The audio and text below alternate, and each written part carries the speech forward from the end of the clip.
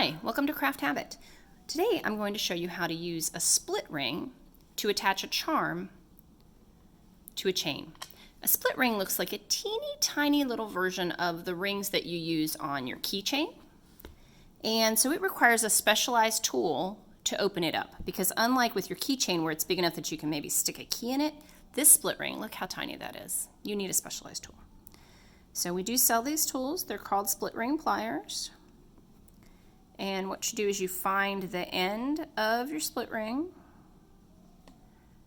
If you're vision challenged, you'll definitely want to use magnifying eyewear for this. See how I've been able to open that up a little bit? Then you're going to slide your chain link through there. I'm saying it like it's easy, but as you can see, it's not.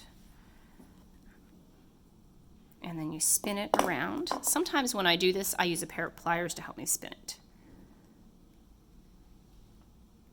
So now my split ring is attached to that, and now I'm going to go ahead and add the charm. The reason we use a split ring to attach a charm to something is it keeps it from falling off.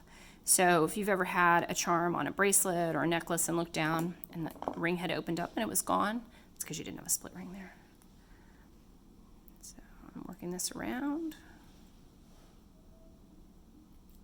And that sweet little dragonfly is attached on there, and it won't come off now. Thanks for watching.